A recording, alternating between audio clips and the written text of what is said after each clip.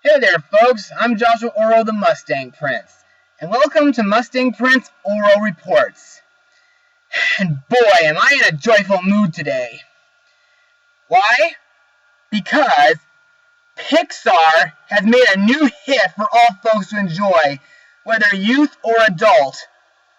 From the film that gave us talking toys, to bugs fighting for survival, to monsters who can make children laugh and scream, to a search for a missing clownfish, an awesome superhero family film, a film about living cars, Iron Chef rats, futuristic robots, an adventure to Paradise Falls, and an original fairy tale in Scotland. What do we get this time? A film about living emotions. Released on June 19th, 2015, the movie is Inside Out. Now, let's start with the plot of this film. Riley is a happy, hockey-loving 11-year-old Midwestern girl, but her world turns upside down when she and her parents move to San Francisco, California. Riley's emotions, joy, fear, anger, sadness, and disgust, try to guide her through this difficult, life-changing event. However, the stress of the move brings sadness to the forefront. When joy and sadness are inadvertently swept into the far reaches of Riley's mind, the only emotions left in headquarters are anger, fear, and disgust. Now, what did I think of this film? Well, this movie tugged at my heart big time, which means I loved it. This has got to be one of the best animated films of 2015, next to SpongeBob's recent film. But in order to explain why, I'll explain some information in my Mustang notes. Now, the origins of Inside Out began with Pete Docter's childhood. As a child, he relocated with his family to Denmark when his father moved to study the music of Carl Nielsen. While his sisters had an easy time adjusting to the new surroundings, Docter was not as lucky, feeling as though he was being judged constantly by peers. While other kids were interested in sports, Docter sat alone drawing, a hobby that eventually led him to animation. His social anxiety eventually came to a conclusion by his high school years. In late 2009, Docter began noticing his preteen daughter, Ellie, exhibiting similar shyness. She started getting more quiet and reserved, and that frankly triggered a lot of his insecurities and her own fears. He later remarked he began imagining what happens in the human mind when emotions set in. The idea to depict it, though, animation excited Docter, who felt it the ideal form to portray strong, opinionated, caricatured personalities. He began researching information about the mind alongside Jonas Rivera, a producer, and Ronnie Del Carmen, a secondary director. They consulted Paul Ekman, a well-known psychologist who studies emotions, and Dieter Keltner, a professor of psychology at the University of California, Berkeley. Ekman had early in his career identified 6 core emotions: anger, fear, sadness, disgust, joy, and surprise. Docter found surprise and fear to be too similar, which left him with 5 emotions to build characters around. Keltner focused on sadness being an emotion that strengthens relationships. Now, the smash success of Docter's 2009 film Up encouraged those at Pixar to allow Docter to create another film with a more sophisticated story. Inside Out is the first Pixar film without input from co-founder and former Apple CEO Steve Jobs, who passed away in 2011. It also lacked expensive input from John Lasseter, who was more focused on restructuring Walt Disney Animation Studios in Los Angeles. restructuring it in Los Angeles. At the time of its production, executives at Disney and Pixar were positive at the proposal of making Inside Out, but acknowledgement would be difficult to market.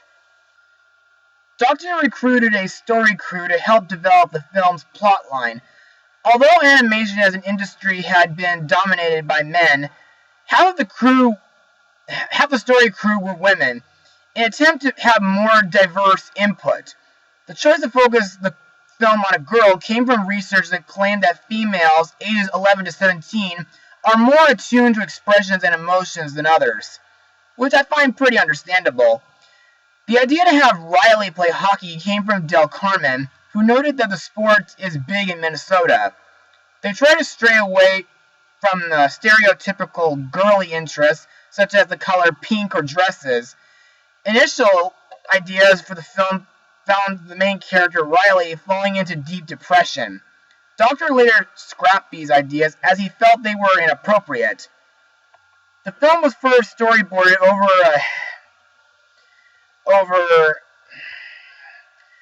over a period of 2 to 3 years, all the while undergoing screening for Pixar's Brain Trust, a small group of creative leaders at Pixar who oversee development on all movies. After multiple screenings and suggestions from other filmmakers, the picture was put into production. It was again evaluated 3 months into that process. Kevin Nolting, editor of the film, estimated that there were 7 versions of Inside Out created before it even went into production. The story team attempted to create as much contrast with characters as possible. They found Joy the most complex character to write for, as she illustrates a broad range of happy feelings. The earliest idea present in the final film is that Joy holds on to youth too long, setting about a social storm for Riley. It was not until several screenings later that they came upon the concept of moving to a new place, which created an external conflict that made the story easier to write. Initially, this crisis was to be set at a Thanksgiving Day pageant, in which Riley was hoping to be cast as its lead role, the turkey. Docter later deemed this idea too bizarre, and it was replaced. Docter estimated it took 4 years of development for the film to achieve success in marrying the architecture of Riley's mind and her personal troubles. The concept of personality islands helped develop the film's emotional stakes, as they directly affect events inside her mind and in her life. In one draft, the characters fell into idea fields where they would cultivate new ideas, much like a farmer would cultivate crop. The idea of Bing Bong, a discarded old imaginary friend, came into one draft of the film as part of the refuge camp inside Riley's mind. It was difficult to achieve the correct tone for the film. For example, viewers could not be distracted by Joy's nature or feel negative about the mess she helped steer Riley into. And speaking of Bing Bong, I kind of felt he was a pretty funny character, and his bag that was dimensionally deep was pretty useful for the movie as well. But it's a shame that we had to see him disappear nearing the end of the film, though. An early version of the film focused on joy and fear getting lost together, as it seemed to be the most humorous choice. By July 2012, the project was set for an evaluation screening with other Pixar filmmakers. Docter gradually began to feel that the story was not working, which led to fears that he might be fired. He took a long walk at his home on one Sunday, in which he began to consider himself a failure.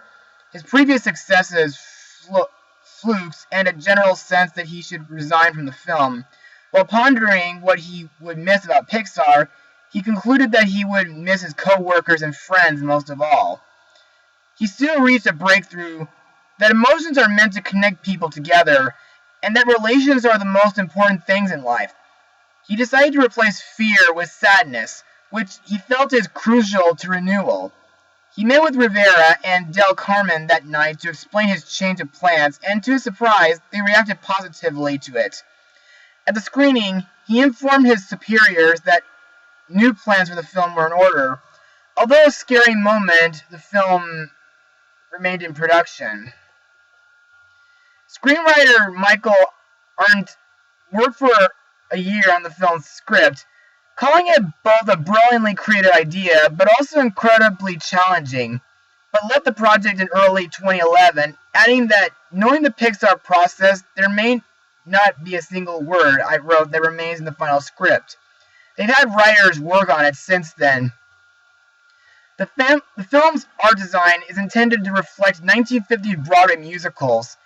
Doctor imagined that with emotions for characters, they could push the level of caricature both in the design and in the style of movement to degrees they'd never done before. To this end, they emulated animators Tex Avery and Chuck Jones, which I find is pretty clever. Doctor informed supervising animators Sean Klaus and Victor Navone to push the graphic caricature of each character rather than sticking to the rigid behavior of each renderman model. This required an artist to draw over 40 characters in the film during dailies using a Wacom Cintiq. One of the first scenes the team worked on was the dinner time scene, in which viewers rapidly switched between the real world and headquarters inside the family's mind. In envisioning how the mind's interior would be depicted, the filmmakers concentrated on the word electrochemical. Ralph Eggleston, the film's production designer, explained it meant thinking of things as energy or energy-based excitable. Each emotion has a glowing effervescent quality to them, particularly joy, which was difficult to animate as it would be viewed as distracting. The characters are created with this energy because we are trying to represent what emotions would look like. They are made of particles that actually move. Instead of being skin and solid, it is a massive collection of energy. Dr. remarked, the team worked for 8 months on Joy's sparkly aura, which was prepared to delete it, as it would affect the movie's budget. However, Lasseter requested that it be applied for each emotion. You could hear the core technical staff just hitting the ground, the budget falling through the roof, recalled Eggleston. Now, to me, I like the idea of this film. The premise of it kind of reminds me of a show that used to be at Epcot a long time ago. You guys may or may not know about it, but the show was called Cranium Command. It's a show about a bumbling little soldier named Buzzy who's been hired by his leader, General Knowledge, to pilot a 12-year-old boy's brain. And to me it was a pretty funny show, and it was also pretty serious, but now that it's gone, I feel like it's kind of I miss it, even though I live far away from Florida. I also like the idea of the core memories, which are the source of Riley's personality, from goofball, friendship, honesty, hockey, and family. You know, now that I mention it, I wonder what my core memories would be like in my head, though. Also, this is the second film I've seen that uses the train of thought idea. I mean, the first film that I saw that had that train of thought was The Adventures of Shark Boy and Lava Girl. I also like the other areas inside Riley's mind, like the long-term memory halls, Imagination Land, which made me feel like a kid, seeing all the wonderful imaginary stuff that Riley thought up.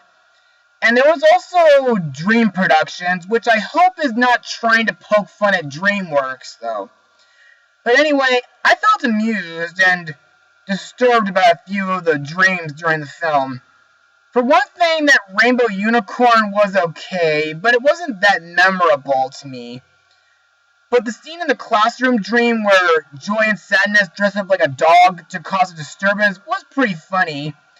But when they split, it was pretty messed up. But I'll admit, it's not as disturbing as that. And speaking of dreams, before that scene, in one other nightmare part of it, there was a Disney reference and a Pixar reference. The Pixar reference was there was a rat that looked like Remy from Ratatouille, and the Disney reference was haunting music that came from, well, this place.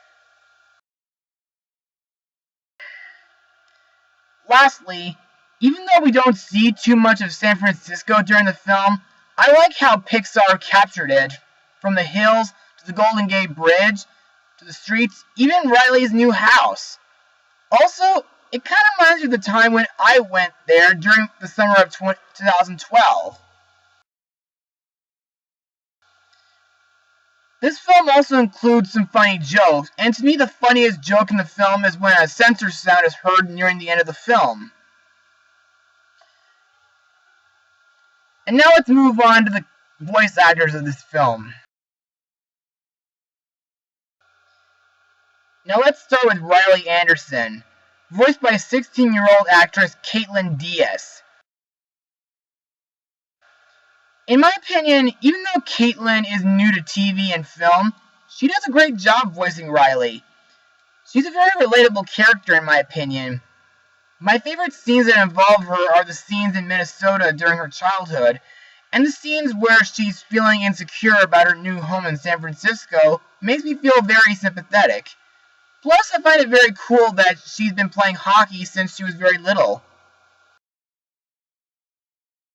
Now let's move on to Riley's emotions, starting with Joy, voiced by Amy Poehler,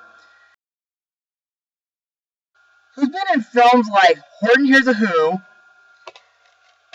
Freebirds, and Monsters vs. Aliens. I believe Amy was a perfect choice to voice such an optimistic emotion for this film. She's also my favorite character in the movie.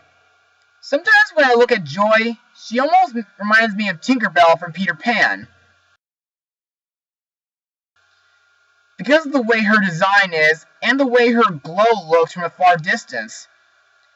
I also see Joy as a wonderful born leader. Next up is Sadness, voiced by Phyllis Smith. To me, she's a very important character, and she's very sympathetic. Because in the film, she's being left out and mostly being mistreated by Joy. I also find Sadness to be pretty similar to Eeyore from Winnie the Pooh,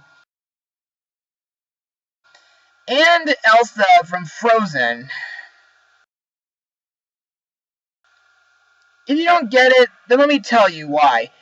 It's because, the reason why she's like Eeyore is because of her gloominess. And the reason why she's like Elsa is because when Sadness touches a memory orb, it turns blue and sad. Kind of similar to in the beginning of Frozen, whatever Elsa touches turns to ice. Next we have Fear, voiced by Bill Hader, whom folks might know from Saturday Night Live, and he voiced Flint Lockwood from Sony Animation's hilarious film from 2009, Cloudy with a Chance of Meatballs. He also teamed up with Amy Poehler in another animated film, which was Hoodwink 2: Hood vs. Evil. Yeah, I like that film, so what? Now, in my opinion, even though sometimes Fear isn't always a coward, Fear knows when to be serious, and he's the funniest character in the film to me. Next we come to Anger, voiced by Lewis Black. Now, I find Anger pretty memorable. Sometimes even though I don't like grouchy characters in real life or in film, Anger is different. Because there are times when he's pretty calm, or an erupting hothead. Plus, just because his name is Anger does not mean he's, mean. I mean, take Grumpy from Snow White, for example. I mean, he's a character who is mostly negative, but has a good heart. And lastly, we come to Disgust, voiced by Mindy Kaling, who previously voiced Taffeta Mutton Fudge on Wreck-It Ralph. Now, there isn't much I have to say about her, other than the fact that she acts like a typical teenager. Also, according to Joy, her job is to make sure Riley doesn't get poisoned physically and socially. She also hates broccoli. There are also other famous actors in this film that I need to point out, like Muppet performers Frank Oz and Dave Gillespie, Red Hot Chili Peppers band member Flea. Several of the film creators also contributed their voices, including director Pete Docter himself, and of course, Pixar's good luck charm John Ratzenberger. And now, it's time to move on to my final words of this film. Above all, Inside Out is really an emotional film. It has a touching story that involves Riley's new life in San Francisco, with her emotions trying to help her. The jokes are memorable and funny. The characters are relatable, creative, funny, and lovable. If you ever get the chance to see this film in theaters, do so. It's a film that the whole family should see this summer. And hopefully, if there's a sequel, Pixar should add more emotions to the film, like love or courage, someday. I give this film the highest rating of 100%. Oh, and don't miss the animated Pixar short Lava that appears before the movie starts. Trust me, you'll be touched by that one too. Well, that's it for today's blog, folks. But I should give you guys a little heads up before I go. Pixar is not done yet this year, because this November they'll be releasing their own animated dinosaur film. And speaking of dinosaurs, I have yet to check out Jurassic World. But in the meantime, I need to find another decent film to blog for this year's 4th of July. So be sure to join me when that time comes. Mustang Power!